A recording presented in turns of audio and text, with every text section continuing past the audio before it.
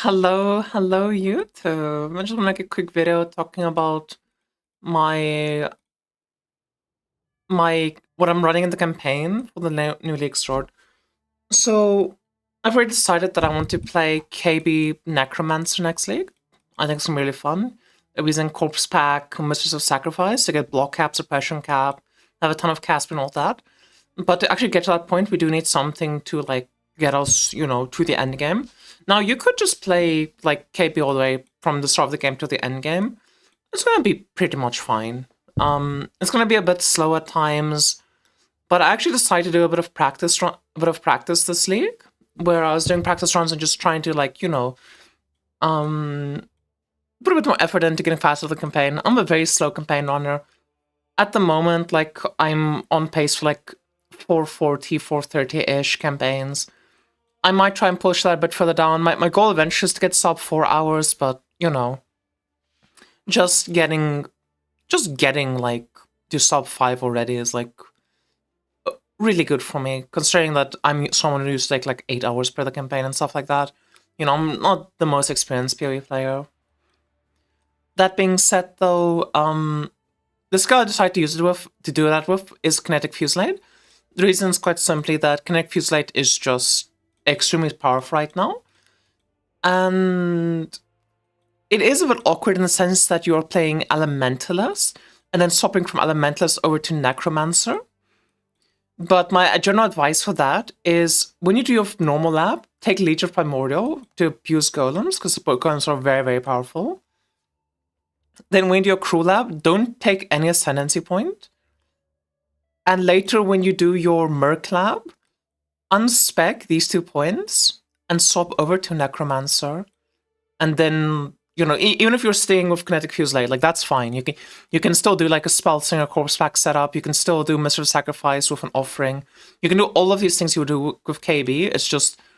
It's just not that viable in League Start to like, respec your entire ascendancy, whereas just doing 2 points is not as bad. With that being said, I did go ahead and put quite a lot of effort into like these notes and things. I mostly did this for myself, but we are going to start off the campaign by muling for Manger to get momentum, as well as just, having an extra shot at the shop to try and find like a 3-link we need, as well as getting movement speed boots, etc. And then as you're going through the campaign, as you're progressing, I have notes down of like, exactly what you need to take from the quest reward, which NPC has it, what to buy, how much it costs to buy it, other things you consider buying, like iron rings and things like that.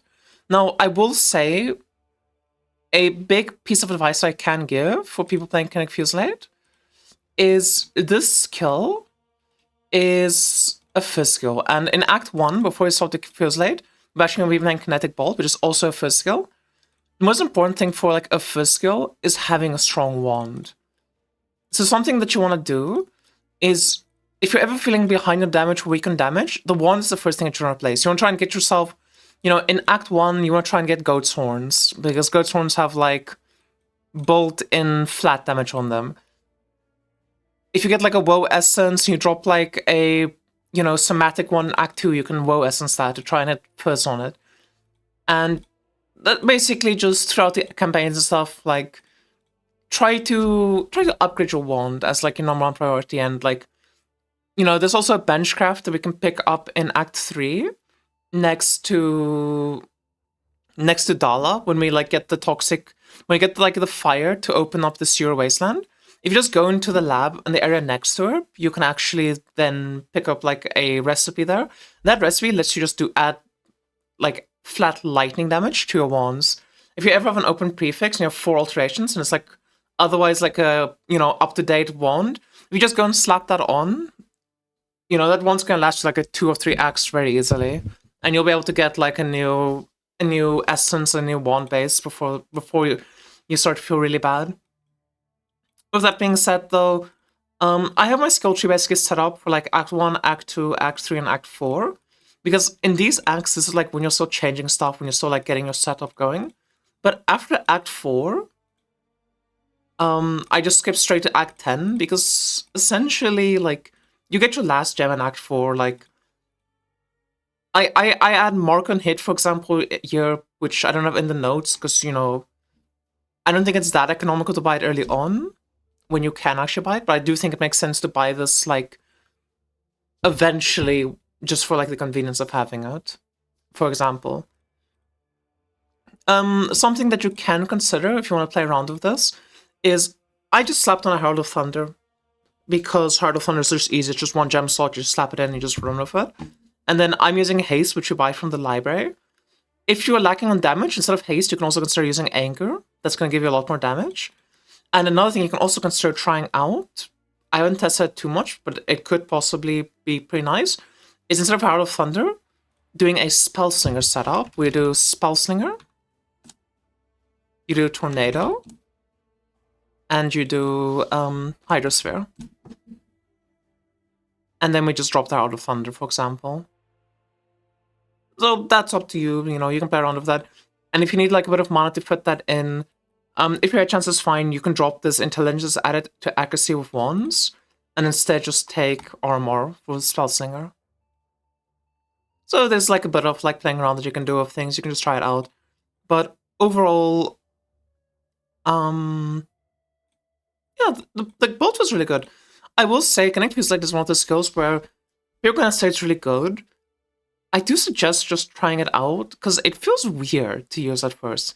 The way the skill works is like, you hold down the button, or like you cast it a few times. Let's say you cast like 3 times, and these balls are gonna appear like around your character, but they're not gonna shoot out. As long as you're casting, they're not gonna shoot out.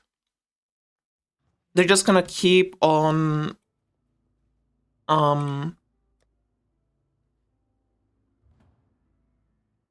you know, they're not gonna shoot out. So they're just gonna keep being around you like this the whole time. They're not gonna shoot out, and they only shoot out when you stop casting. So the thing you need to understand about this skill is it has breakpoints, in the sense of, the skill by itself can only have 12 max projectiles. So it doesn't matter how much I'm casting, I will only have 12 projectiles around me. But then on top of having 12 projectiles, throughout, you know, our gearing process, throughout the campaign and stuff, we're gonna be doing things to increase our projectiles that we fire. So the first thing we're going to do is we're going to add volley, like very early on in Act 3. Sorry, yeah, not in Act 3, sorry, in Act 1 already. We're going to add volley, which makes us fire 2 additional projectiles. So now, the skill fires 1 base projectile, and we're adding 2 of volley, as well as soon as we pick up this 1 mastery that fires 1 additional projectile. Sorry, in Act 1, when you have volley, you need to cast this go 4 times to have 12 projectiles, and then they can all shoot out at once for like the biggest damage. In Act 2, once you get this 1 mastery, which gives you 1+1 proj, you only need to fire 3 times to max it out. And then eventually, you're going to get Greater Volley, which gives you 4, which means that once you have Greater Volley, you only need to click twice to max it out to 12. That's essentially all you need to like understand about the breakpoints and stuff. It's not a big deal. Something else you can try around with, or like play around with, is there is a way to shot to Gatling gun with Kinetic Fusilade. If you have 2 Kinetic Fusillades in the same link, and they're linked to less duration, and you don't have too much cast speed, or like, yeah, attack speed, then you can actually just alternate between the Fusillades and have like a Gatling gun. I personally just didn't do it. It just isn't worth it. I only got it to work if like I would not use my haste, and I would use like a very like slow wand base, like a 1.4 wand base. Only then could I get the Gatling gun to work. But if you're like losing so much cast speed and stuff in the campaign, that's gonna affect you, because all of a sudden your shield charges are like way slower. You know, you're just moving through the campaign slower for like maybe a bit more damage. And losing that damage and instead just popping in like added lightning damage or sacred wisps or whatever, it's just gonna be overall better. Another thing about added lightning damage is you essentially want to drop added lightning damage once you have like a lot of flat on your wand. Early on, added lightning is really good, but eventually you don't want to replace it with sacred wisps when you have flat on your wand. Oh yeah, I think that's gonna be it from me. I do plan, so as for my leaks or plans, before I forget, I do intend on playing this build until 4 stones. Because like that's the main benefit of it, is like this is just going to be a much easier time on Ether, X, Sorg, Maven, all those things, compared to doing it on like KB, which is like bad single target. I will play around with it, but I already said that in Merc Lab, we're gonna salt a Necromancer. I'm gonna play around and figure out exactly like what ascendancy points take with Necromancer, which feels fine. But we're probably just gonna do Corpse Pack plus Mistress Sacrifice, and then do Necromancer Fusilade to get our 4 stone. And I'll just compare that to KV and just see which one feels better. But that's a lot of work and effort for future me to figure out. This is just my League Store plans. Yeah. Well, it's fun. I'm excited to play. I'm excited to play KB, honestly. I hope you guys enjoyed the video, and I hope this PoB is useful. I put a lot of effort in it, mostly for myself, but, you know, I also want... I put a bit of extra effort in to make it, like, more usable for other people.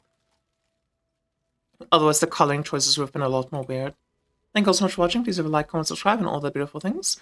And I'll see you all next time. Bye, YouTube. Bye-bye.